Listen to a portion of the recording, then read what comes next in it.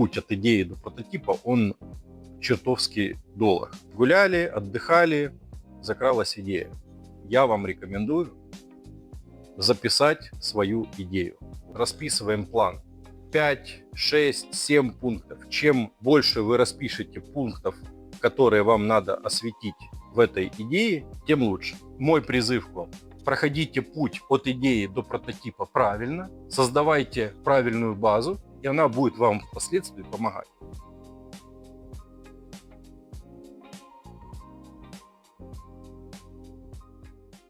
Есть такая насущная тема, как идея и путь от идеи до прототипа.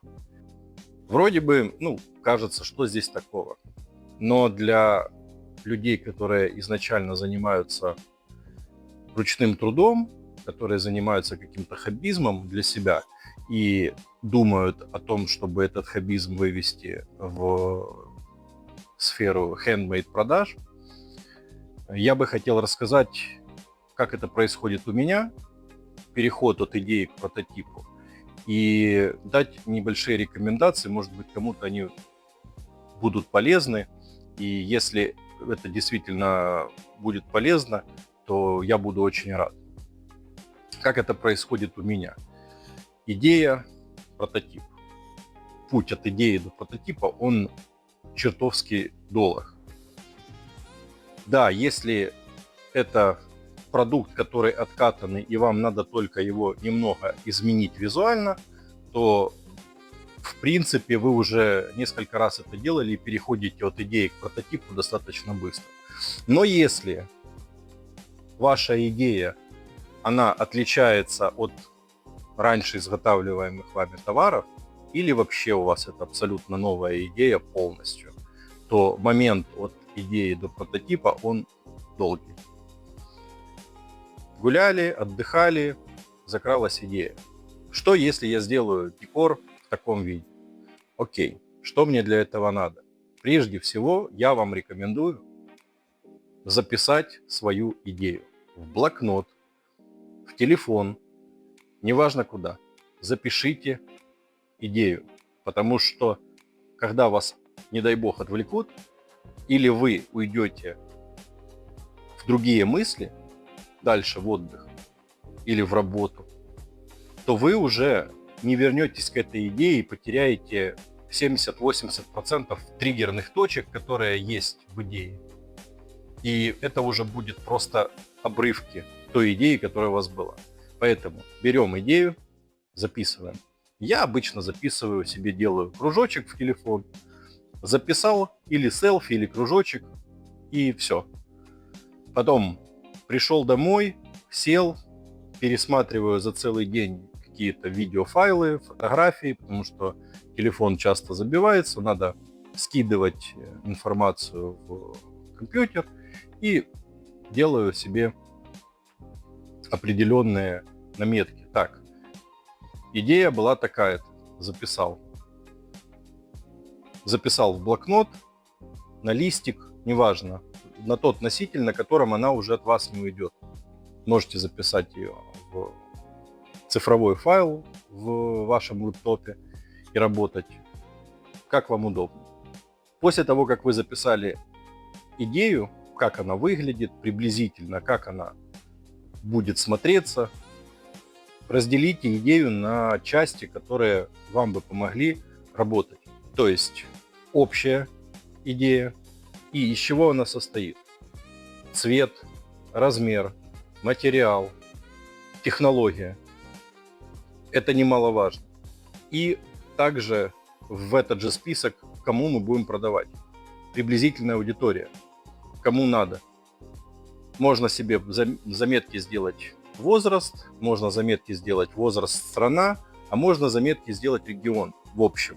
Потому что зачастую, создавая какой-то товар, вы уже понимаете, что это было бы популярно вот здесь. Почему? Потому что, скорее всего, базируясь на вашем опыте, вы знаете, что вы видели, то это популярно вот здесь. Возможно, это популярно в вашем регионе, и вы стремитесь его каскадировать в ваш регион. А возможно, вы возьмете что-то из общепринятых правил и перенесете масштабируете на массовые продажи. Окей, определились. Идея, расписываем план. 5, 6, 7 пунктов. Чем больше вы распишете пунктов, которые вам надо осветить в этой идее, тем лучше. Из этих пунктов у вас будет рождаться какой размер и почему. Вы пойдете искать, какие размеры популярны. Какой цвет и почему. Вы пойдете искать. Какие материалы. Экологические, современные, быстросохнущие. Неважно. То есть те вещи, которые вы продумаете, они и будут работать. То, что вы не продумали, оно сыграет вам в минус. Ну и технология.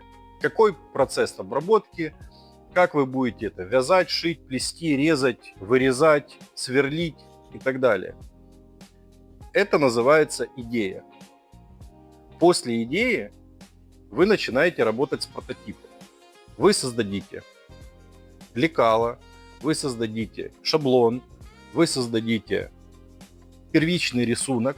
Сейчас очень много инструментов, которые помогают создавать и шаблоны, и лекала, и обычные рисунки. Обычный Nano Banana 2, она сейчас работает, если правильно прописать промпт ей, то через обычный Gemini он работает очень хорошо. Вам стоит только правильно объяснить, как вы хотите это видеть, из какого материала, какой формы, что внутри, что снаружи, какой цвет. И он вам даст уже приблизительно визуал.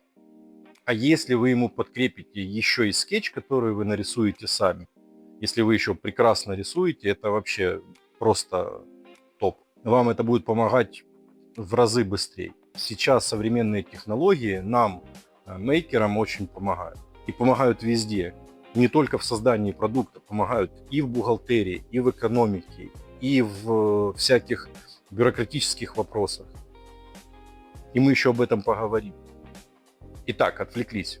Мы взяли идею, мы расписали список, мы вышли по этому списку в возможные векторы развития технологии. Мы взяли технологию и пришли к чему? К тому, что надо поехать купить это. Какие-то вещи у нас есть, и мы можем начинать.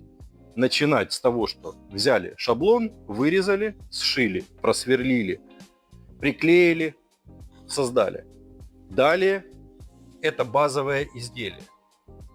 Вы видите, что форма получилась, получился там цвет, получился размер, не получилось вот это, не получилось просверлить аккуратно, понимаете, что для этого нужно сделать, переделали. Когда прототип голый у вас вышел процентов на 60-70 удовлетворительного качества для вас, то в принципе можно создавать полный цельный прототип, который будет работать. Уже с цветами, с покраской, с правильной технологией, с правильным размером, с правильной фурнитурой и так далее. И вот этот путь, идея, когда она у вас родилась где-то на прогулке, записалась, создался список, список расписался на определенные технологические пункты, как, какая краска, где, почему, что, зачем, размер такой не подходит, вот этот возьмем, этот мне нравится, этот я могу, этот я не могу. Дальше создаем лекало или прототипную нашу картинку с помощью своих умений, с помощью друзей, дочки, сына, которые хорошо рисуют, объяснить, что вы хотите. Даже искусственный интеллект это сейчас может сделать и помочь. И далее создаем наш прототип. Вначале базовый, голый, который будет без цвета, без ничего. А далее создаем полный прототип. И уже полный прототип, я уверен, что он у вас получится.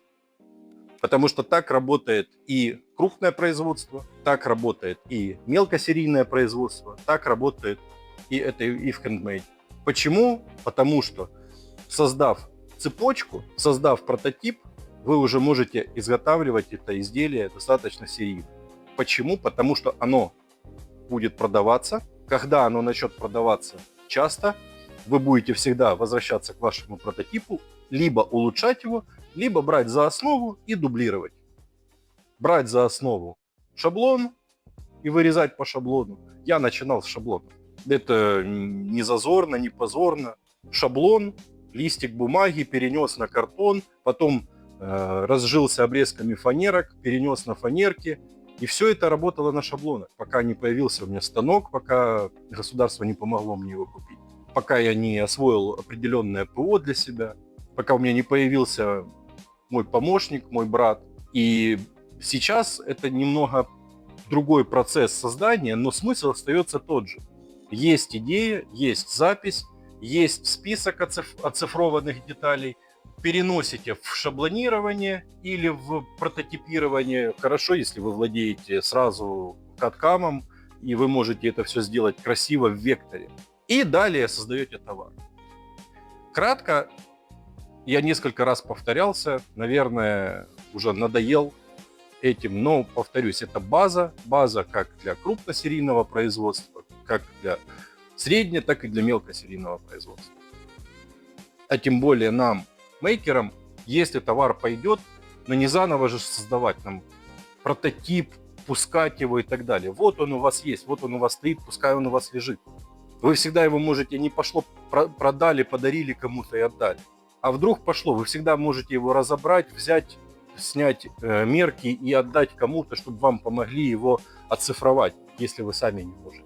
Да, поначалу это требует каких-то усилий, денег, времени, а впоследствии это только вам поможет сделать систему работы. Поэтому мой призыв к вам: делайте сразу правильно, проходите путь от идеи до прототипа правильно, создавайте правильную базу, и она будет вам впоследствии помогать. Ну что, я надеюсь, видео не сильно вас утомило.